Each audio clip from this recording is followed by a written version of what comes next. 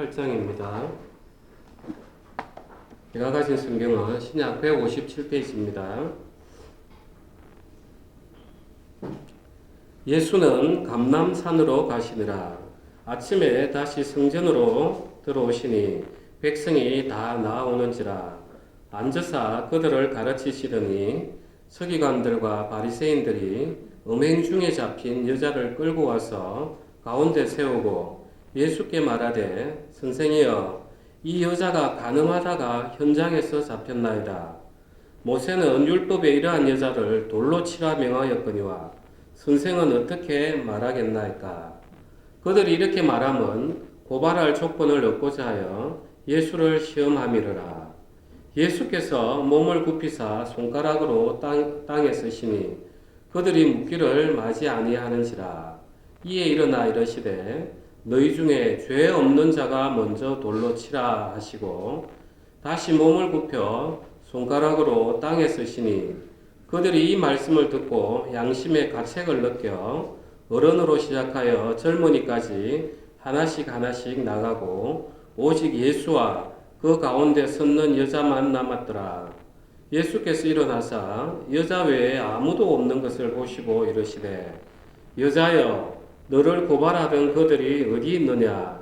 너를 정죄한 자가 없느냐? 대답하되 주여 없나이다.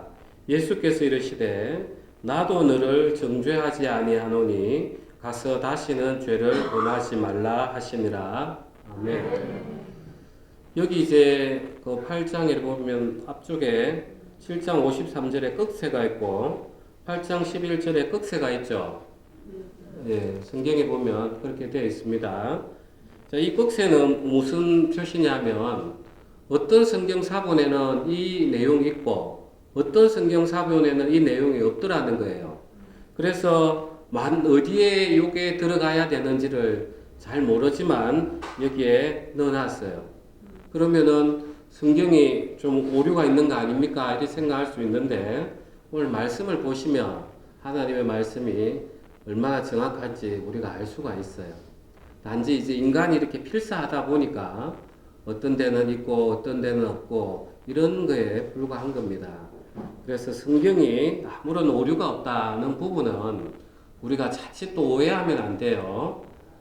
우리가 성경은 애초에 구약 성경은 히브리어하고 아람어로 이렇게 기록이 되어 있고 일부는 또 이제 신약 성경은 헬라어로 이렇게 기록되어 있어요.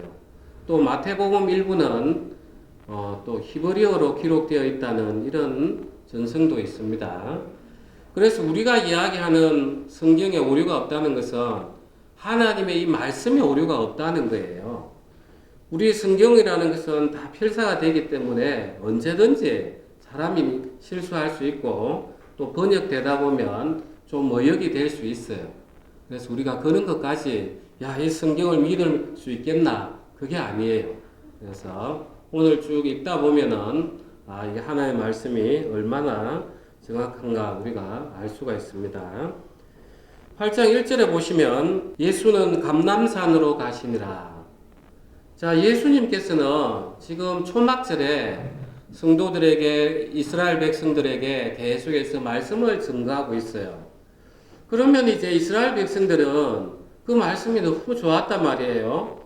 때로는 이제 유대인들이 도전을 받기도 했지만 그러면 저녁에 적어도 주님 어디 가십니까? 어디 초막에 머무십니까? 하면서 모시고 갈 수도 있어요. 그런데 늘 예수님은 이렇게 저녁 되면은 대부분이 감람산으로 이렇게 가셨어요. 이 감람산이라는 것은 감람나무가 많았기 때문에 이렇게 지어진 이름입니다. 감람산이. 그러니까 참 예수님께서는 여우도 굴이 있고 공중의 새도 거처가 있는데 인자는 머리 둘 곳이 없더라. 참 이러셨던 거예요.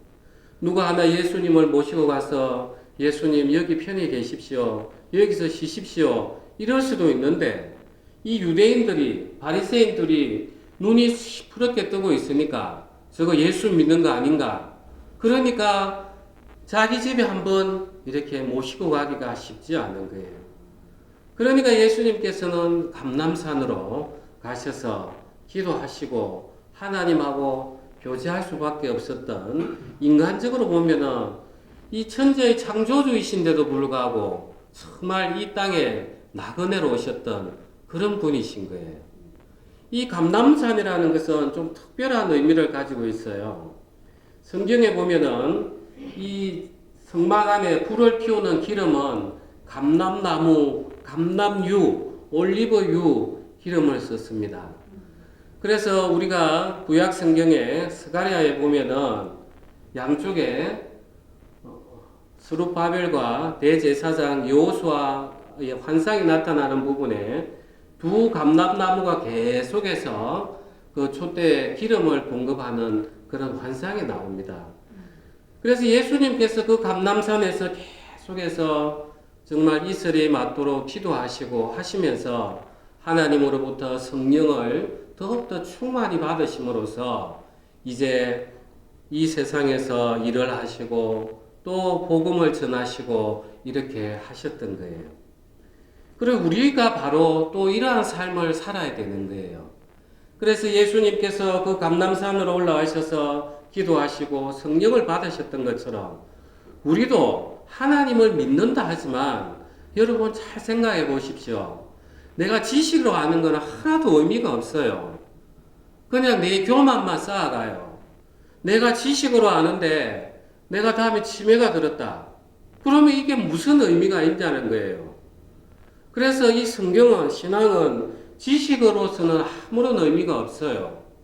물론 이제 신앙을 나아가기 위한 기본적으로 우리가 지식은 알아야 되지만 지식이 나에게 생명을 주지는 못해요. 그래서 우리는 여전히 예수님께서 감람산으로 가서 기도하셨듯이 우리도 늘 나의 골방에 가서 기도하면서 하나님하고 교제하고 그러면서 성령의 인도함을 받는 삶을 살아야만이 내가 비로소 그리스도인인 거예요.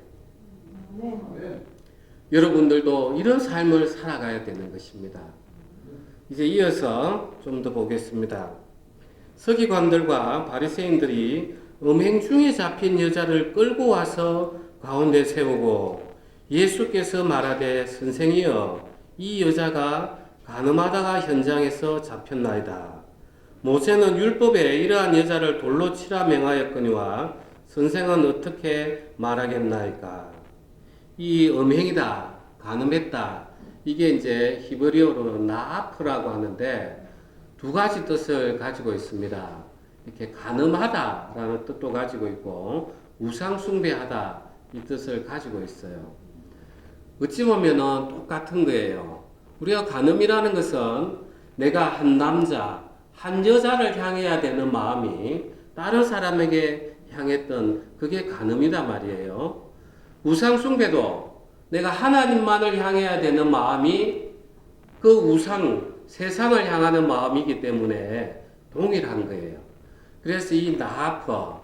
그래서 성경에 보면은 세상을 사랑하는 너희들은 가늠한거라고 계속해서 이런 이야기들이 많이 나오는 이유가 그 마음이 이미 다른 데에 향했다는 것을 보여주고 있는 것입니다. 그러니까 이제 이 음행 중에 잡힌 여자를 끌고 와서 가운데 세우고 예수께서 말하되 선생이여 이 여자가 간음하다가 현장에서 잡혔나이다. 모세는 율법에 이러한 여자를 돌로 치라 명하였거니와 선생은 어떻게 말하겠나이까.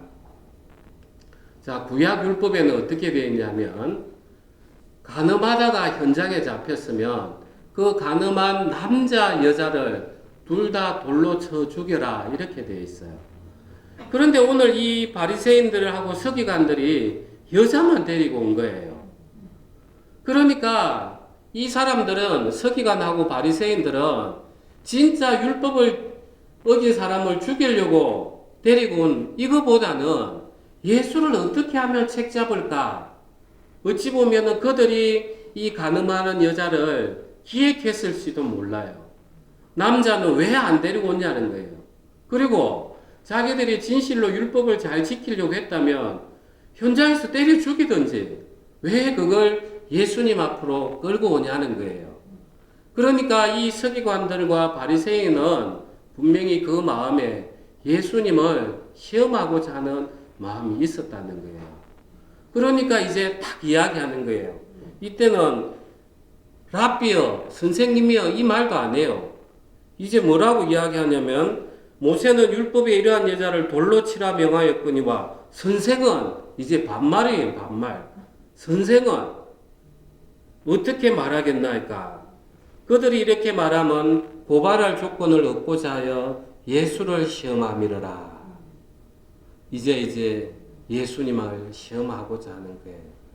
자, 어떻게 시험이 되는지 참 우리가 이 가운데 있었다면 어떤 이야기를 했을까? 자, 만약에 예수님께서 그 여자를 풀어주라 하면 이제 이 유대인들은 신이 난 거예요.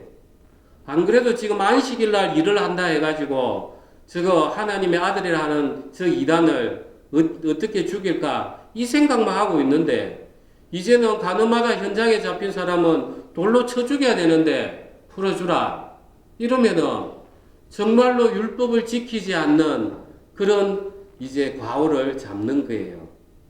또 한편으로는 이제 그래 율법에 그렇다면 죽이라 이러면은 이제 예수님이 또 어려움이 있어요. 어떤 어려움이 있냐?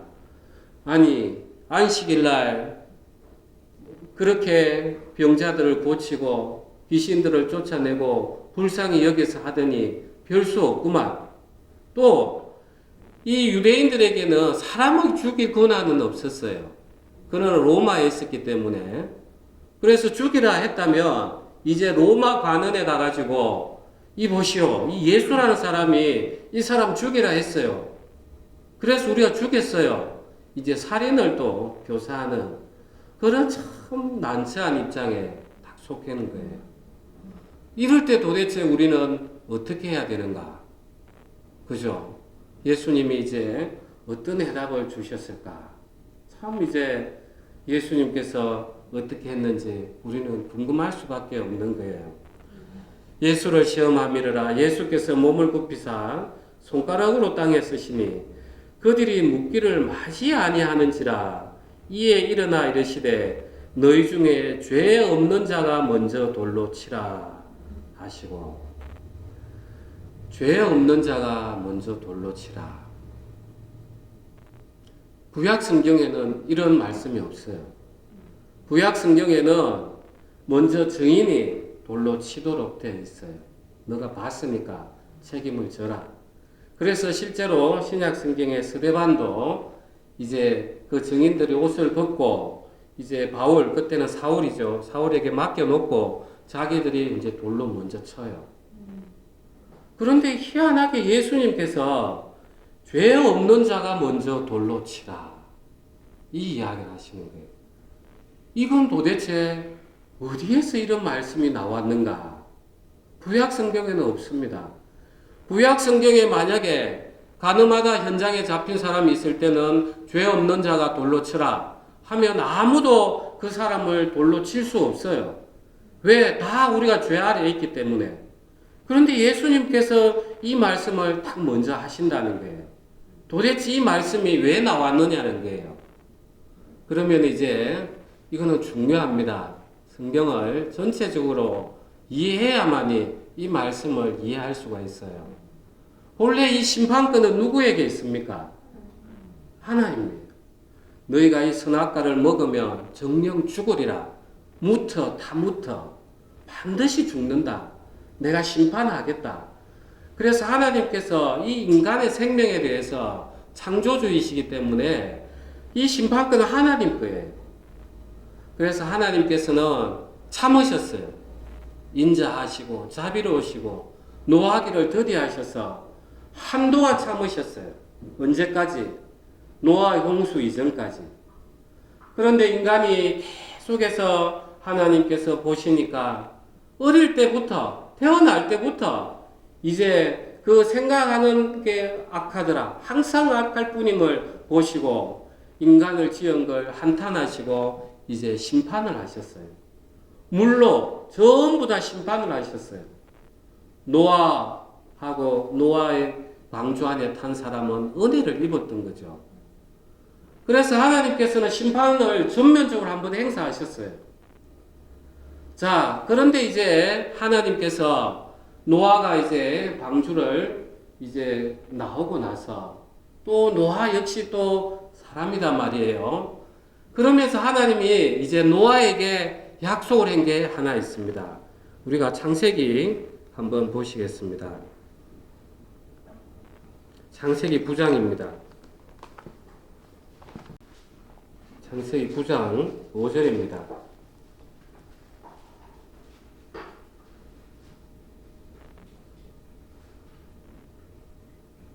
5절에 보면 내가 반드시 너희의 피 곧 너희의 생명을 피를 찾으리니 짐승이면 그 짐승에게서 사람이나 사람의 형제면 그에게서 그의 생명을 찾으리라. 다른 사람의 피를 흘리면 그 사람의 피도 흘릴 것이니. 자, 이때부터는 하나님이 심판권을 누구에게 줬냐 하면은 사람에게 줬어요. 임시 방편으로. 왜냐하면 하나님이 심판하시면 전면적으로 할 수밖에 없는 거예요. 노아의 홍수처럼 다 죽여야 되는 거예요. 그래서 하나님께서는 만약에 너희가 이제 나와가지고 누가 사람을 죽이면 이제 그때는 사람 너희가 심판해라 하면서 심판권을 인간에게 준 거예요. 그래서 그게 국가에게 줬고 또 이 이스라엘 백성들에게 임시 방편으로 줬던 거예요. 왜냐? 하나님 심판을 자제하시기 위해서. 그래서 11절 한번 보십시오. 창세기 9장 11절. 내가 너희와 언약을 세우리니 다시는 모든 생물을 홍수로 멸하지 아니할 것이라. 땅을 멸할 홍수가 다시 있지 아니하리라. 하나님이 이르시되 내가 나와 너희와 및 너희와 함께하는 모든 생물 사이에 대대로 영원히 세우는 언약의 증거는 이것이니라. 내가 내 무지개를 구름 속에 두었나니 이것이 나와 세상 사이에 언약의 증거니라. 내가 구름으로 땅을 덮을 때 무지개가 구름 속에 나타나면 내가 나와 너희와 및 육체를 가진 모든 생물 사이에 내 언약을 기억하리니 다시는 물이 모든 육체를 멸하는 홍수가 되지 아니할지라. 무지개가 구름 사이에 있으리니 내가 보고 나 하나님과 모든 육체를 가진 땅의 모든 생물 사이에 영원한 언약을 기억하리라. 하나님 이제 영원한 언약을 이제 세우셨어요. 너희 죄가 아무리 흠하다 할지라도 내가 물로는 다시는 너희 심판하지 않겠다. 대신에 너희가 악이 계속해서 번성하면 안 되니까 내가 사람에게 그 심판권을 맡겨놓겠다. 그래서 구약의 율법은 임시 방편으로 맡겨놓은 거예요. 그래서 이제 유대인들이 와서 예수님 보고 이 여자 가늠하다 잡혔는데 율법에는 현장에서 돌로 쳐 죽이라 안 했습니까? 이제 어떻게 하시겠습니까? 이제 이 이야기를 묻는 거예요. 예수님 입장에서는 당연히 이제 이 율법을 왜 줬는가? 하늘의 하나님의 입장에서 이제 설명을 해주시는 거예요. 그래, 너희 중에 죄 없는 자가 돌로 쳐라. 먼저 쳐라. 이제 예수님께서 이 구약에 임시로 줬던 심판권을 예수님 당신이 가지고 오신 거예요. 그래서 하나님이 모든 심판을 그 아들 예수에게 맡겼던 거예요. 이 말씀을 딱 보면 오늘 요한복음, 예수님이 오셔서 이제 모든 믿는 자들에 대해서 영원한 생명을 주시는 것과 믿지 아니하는 자에게 영원한 심판권을 이제 예수님이 회복하셨구나 하는 걸 읽을 수가 있는 것입니다. 그러니까 이 세계를 모르는 유대인들은 도저히 이해할 수가 없는 거예요. 이걸. 그런데 이제 예수님이 하나님이 이 율법을 주실 때 임시 방편으로 주셨던 그걸 이제 다시 회복하면서 이제 내가 심판하러 왔다. 나는 너희를 믿는 자에게는 구원이 될 거고 믿지 아니하는 너희들에게는 심판이 될 거다. 이제 그 심판권을 예수님 당신이 이야기하시는 거예요. 그러니까 이 유대인들이 요한복음 다시 돌아가겠습니다.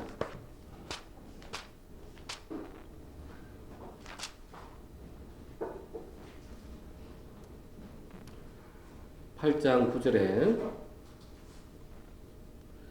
그들이 이 말씀을 듣고 양심의 가책을 느껴 어른으로 시작하여 젊은이까지 하나씩 하나씩 나가고 오직 예수와 그 가운데 섰는 여자만 남았더라. 자, 마음이 악했으면 이 유대인들과 바리새인들, 서기관들이 그 예수 말이 많구만 하면서 모세 율법에 죽여야 했으니까 죽여야지 하면서 예수도 죽이려고 하고 이 여자도 때려 죽일 수도 있었어요. 그런데 정말 하나님 앞에 선 예수님의 그 하나님의 권위로 이야기하시니까 이제 이 사람들이 양심이 떨리는 거예요. 이스라엘 백성들이 처음에 모세 율법을 받을 때 하나님의 음성을 들리니까 자기들이 죄가 드러날까봐 자기들이 심판을 바로 받을까봐 소멸될까봐 엎드려서 모세 보고 당신이 중개해서 이야기 좀 해주십시오. 정말 그 상황하고 똑같은 거예요. 그러니까 예수님이 그 하나님의 그 율법을 주신 분으로서 너희 중에 죄 없는 자가 먼저 돌로 치라. 그 말씀이 그들의 마음을 확 찔렀던 거예요. 이 말씀을 보면서 우리는 뭘 배워야 되겠습니까? 우리가 형제 자매들을 어떻게 사랑해야 되는가를 여기서 배워야 되는 거예요. 내가 형제를 사랑한다, 자매를 사랑한다 하면서 내가 판단하는 거예요. 이렇게 하면 안 돼, 저렇게 하면 안 돼. 이게 바로 뭐냐? 예수님이 그 사람에게 이야기하는 거예요. 너 죄가 없냐? 그 형제 자매도 내가 피 흘려서 산 형제 자매다. 네가 왜 그 심판을 하느냐? 네가 나의 자리를 대신할 거냐? 지금 묻는 거예요. 그래서 형제를 미워하는 자마다 영생이 거기에 거하지 않는다는 거예요. 영생이 뭡니까? 예수님이에요. 예수님 사랑. 내가 형제를 판단하고 이웃을 판단하고 그게 바로 우리는 살인한가 똑같은 거예요. 바로 우리는 이 유대인들 예수님이 오늘 말씀하시는 것처럼 너희 중에 죄 없는 자가 먼저 돌로 치라. 혹시라도 여러분들 마음에 미움이 있거나 판단하는 마음이 있으면 이 말씀 앞에 여러분 자신을 드러내 보시기 바랍니다. 그래서 우리는 아무도 이 사람을 판단하고 저 사람을 판단하고 할 수가 없어요. 그냥 우리 모두 다 연약에 휩싸인 그런 육체인 거예요. 그들을 위해서 기도해 줘야 돼요. 참 우리가 살아가는 삶을 보면은 불쌍하지 않습니까? 우리 서로가. 저도 오늘 아침에 이 말씀을 묵상하면서 제가 이런 생각이 들었습니다. 하나님, 참 제가 아무리 봐도 저는 아닌 거는 같은데 어떻게 이렇게 말씀을 전하게 하십니까? 또 돌다 보니까 참 하나님이 날 어떻게 생각하시는가 이 마음이 들어오는 거예요. 이 세상 살아가면서 우리 각자가 인생에 정말 각자가 죽을 만한 짐을 지고 살지 않습니까? 정말 불쌍한 거예요. 하나님 아버지께서 우리를 창조하셨는데 정말 이 세상을 하나님 뜻을 따라서 살게 통치하길 원하셨는데 사단에게 속아서 정말 하나님하고 원수가 돼서 그때부터 인생이 고난 아닙니까? 그게 지옥이죠. 내 안에 사니까 내가 왕이 되어서 이 사람 저 사람을 판단하고 그러니까 우리가 참 불쌍한 거예요. 한 분 한 분 이해가 안 되지만 그 사람 인생이 얼마나 불쌍한가. 이 긍휼의 마음이 우리가 바로 하나님이 우리를 바라보시는 마음인 것입니다. 그래서 우리는 이 말씀 가운데서 너희 중에 죄 없는 자가 먼저 돌로 치라. 주님, 맞습니다. 저도 똑같습니다. 주님, 제가 제 형제 자매를 위해서 기도하게 해주십시오. 하면서 우리는 벗어나지는 것입니다. 그 다음에 9절 그들이 이 말씀을 듣고 양심의 가책을 느껴 어른으로 시작하여 젊은이까지 하나씩 하나씩 나가고 오직 예수와 그 가운데 섰는 여자만 남았더라. 예수께서 일어나사 여자 외에 아무도 없는 것을 보시고 이르시되 여자여 너를 고발하던 그들이 어디 있느냐? 너를 정죄한 자가 없느냐? 대답하되 주여 없나이다. 예수께서 이르시되 나도 너를 정죄하지 아니하노니 가서 다시는 죄를 범하지 말라 하시니라. 참 이 율법이 중요한 것입니다. 이 율법이 없었다면 이 여자는 예수 앞에 나올 수 있었습니까? 없었어요. 그래서 하나님께서 이 율법을 구약의 이스라엘 백성에게 임시로 맡겨놓은 것은 그들로 하여금 예수 앞으로 끌고 오게 하기 위해서 율법을 주셨던 거예요. 여러분들이 내 잘난 맛으로 살고 인생에 어려움이 없었고 나는 정말 오라 이 마음이 있었다면 누가 예수 앞에 오겠습니까? 아무도 오지 않아요. 우리가 자기가 정말 옳은 사람, 그 사람들에게 이 복음을 전해주고 오십시오. 나는 간음한 적 없어요. 나는 살인한 적 없어요. 나는 하나도 남을 미워해 본 적도 없어요. 올 수가 없는 거예요. 정말 이 여인은 이 율법 때문에 예수 앞에 올 수 있었던 거예요. 그래서 이 율법이 또한 귀한 거예요. 그래서 율법은 예수 그리스도로 앞으로 이끄는 몽학 선생이라, 소등 선생이라. 율법이 있기 때문에 전부 다 율법을 보면 내 안에 이렇게 죄가 많았구나. 오늘 이 말씀도 너희 중에 죄 없는 자가 먼저 돌로 치라. 이 말씀도 얼마나 우리가 뜨끔합니까? 이런 말씀을 들으면서 전부 다 이제 예수님 앞으로 오는 거예요. 이 여자는 율법 때문에 첫 번째는 죽을 위기에 있었지만 그 다음에는 예수를 만나는 은혜의 계기가 되었던 것이에요. 그래서 우리는 구약의 율법을 볼 때는 내 안의 죄를 계속해서 거울 보듯이 바라봐야 되고 이제 신약시대 이 믿는 우리들은 하나님이 원하시는 게 뭔가 이 율법을 보면서 내 행동을 또 거기에 맞춰가야 되는 거예요. 그래서 이 율법이라는 것은 구원을 받기 위해서는 폐지가 된 게 맞아요. 율법으로는 구원을 받을 수 없기 때문에. 그런데 우리 그리스도인에게는 하나님을 향한 올바른 걸음의 기준이 되기 때문에 더욱더 율법을 완벽하게 지켜나가야 되는 거예요. 그래서 우리는 구약 성경이 별도로 떨어진 게 아닙니다. 그야말로 우리의 모범적인 자세가 살아갈 수 있는 기준이 되는 것입니다. 그 다음에 이제 오늘 중요한 게 하나 또 남아 있습니다. 예수님께서 나도 너를 정죄하지 아니하노니 가서 다시는 죄를 범하지 말라. 정죄하지 아니한다. 우리가 한글로 이렇게 보면은 그러면 죄가 없다는 건가? 이렇게 생각하는 거예요. 그래서 여기서 많은 이단들이 또 나옵니다. 예수를 믿었으면 너 이제 죄 없는 거야. 너 죄 짓지만 그 죄 없는 거야. 이제 회개기도 할 필요 없어. 이런 이단들이 나오는 거예요. 그래서 이제 번역 과정에서 조금 어려움이 있어 그렇습니다. 이 정죄라는 게 카타크리마 헬라가 있고요. 또 카타키노스코 이 말이 있어요. 자, 저는 이제 재판을 변론을 하니까 판결문을 보잖아요. 판결문을 쓸 때는 주문에는 A라는 사람을 유죄에 처한다 이렇게 안 씁니다. A라는 사람은 징역 몇 년에 처한다 이렇게 쓰고 이 사람이 어떤 죄를 지었는지는 그 판결 이후에 쭉 적어요. 자, 이 정죄라는 말은 뭐냐? 바로 예수님께서 뭘 이야기하시느냐? 그 주문을 이야기하는 거예요. 카타크리마. 나도 너를 사형에 처한다. 이렇게 이야기하지 않는다는 거예요.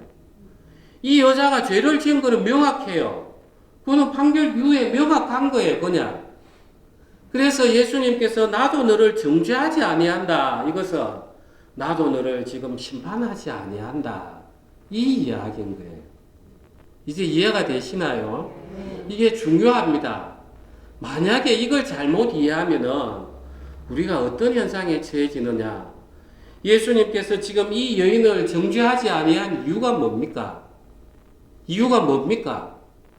예수님 당신이 이 여인의 그 간음한 죄까지도 다 덮었었단 말이에요, 지금. 그래서 곧 이제 십자가에서 그 심판을 예수님 당신이 받으실 거란 말이에요. 그 믿음으로 나도 너를 정죄하지 아니한다. 네가 받을 심판을 내가 이미 가지고 있다. 내가 곧 여기에 대해서 심판을 받을 거다. 예수님은 그 믿음으로 선포를 하신 거예요. 그런데 만약에 이걸 죄를 뒤집어 썼다 하면 큰일 나는 거예요. 왜? 그러면은 예수님이 흠있는 제물이 되기 때문에 하나님이 받을 수 없는 그런 예수님이 되어버리는 거예요.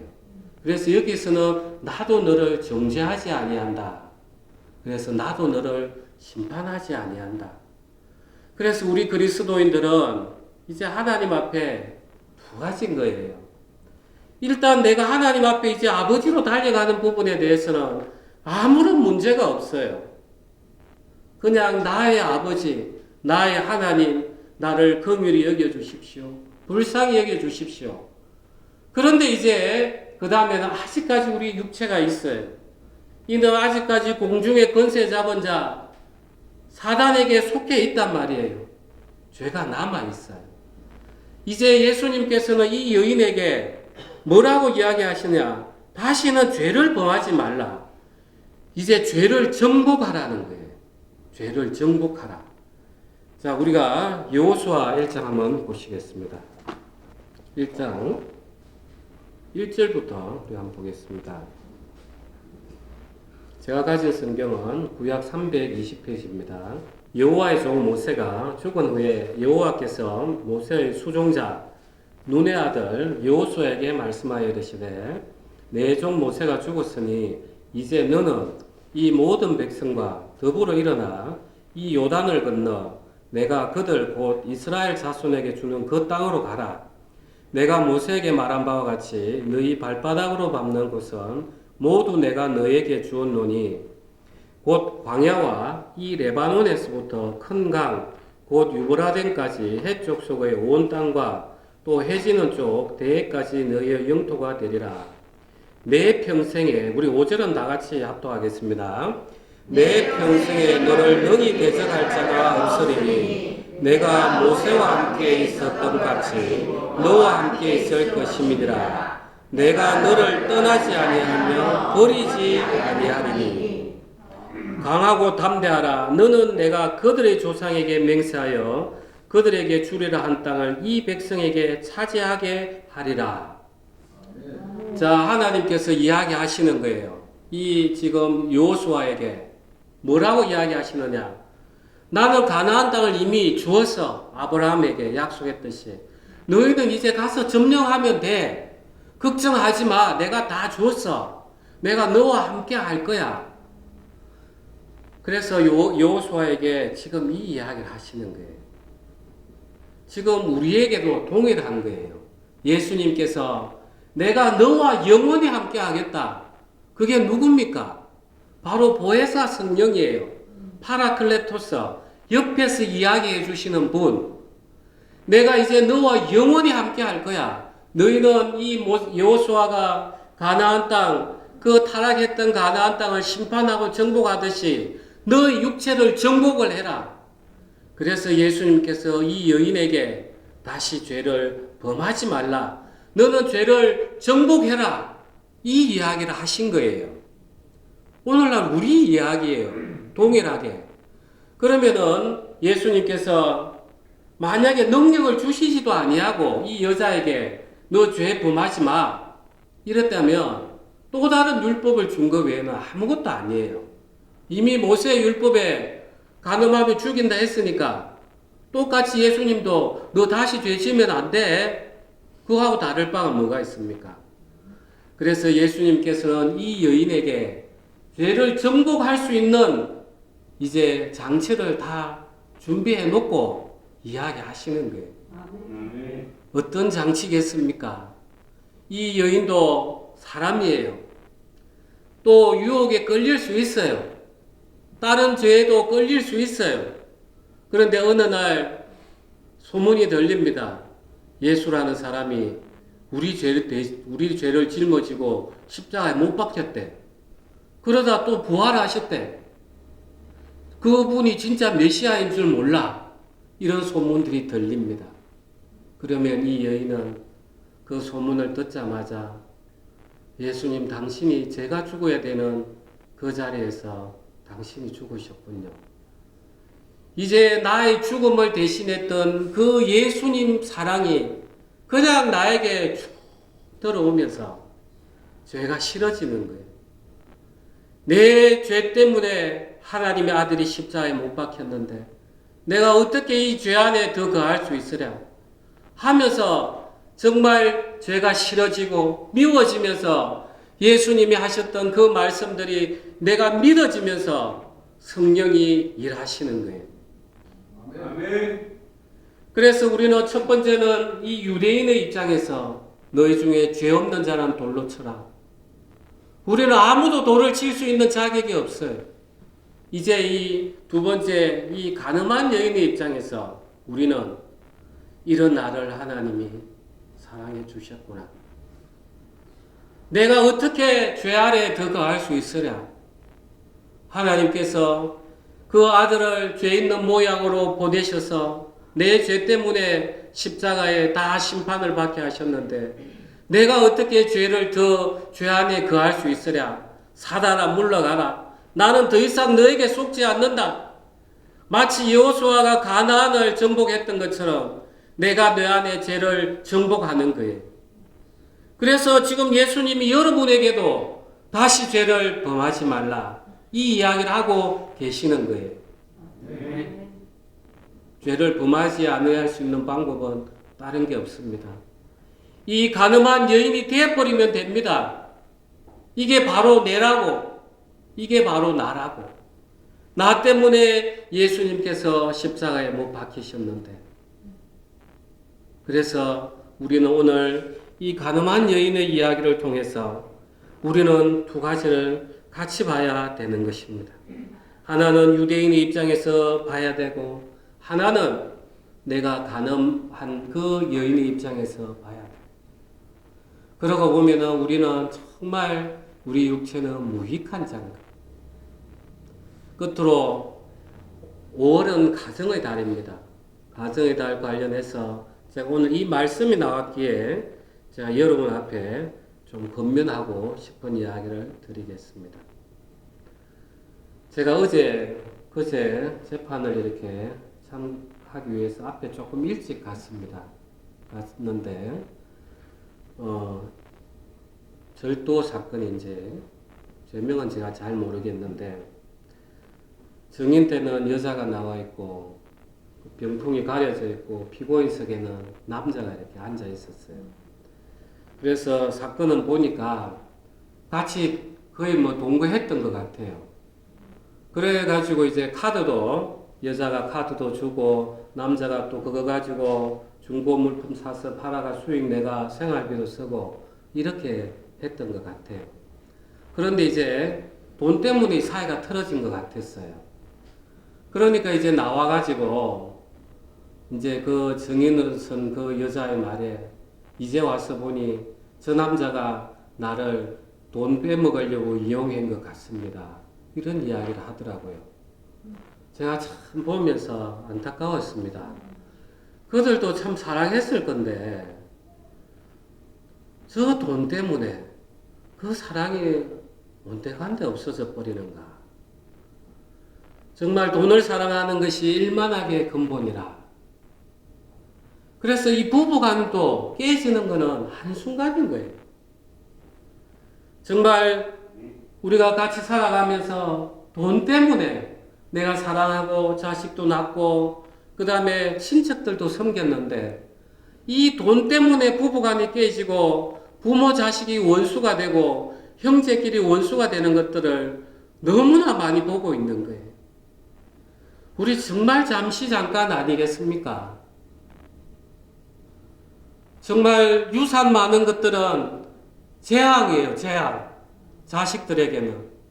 자기가 돈을 번 게 아니기 때문에 형이 좀 더 가져가는가 싶어가지고 눈이 벌겋게 보고 있는 게 이 세상이에요.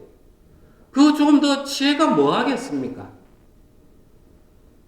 그래서 우리는 가정에서도 부부 사이에서도 돈을 사랑하지 말자. 그 다음에 두 번째로는 우리가 이제 고린도전서 7장입니다. 1절부터 제가 보겠습니다.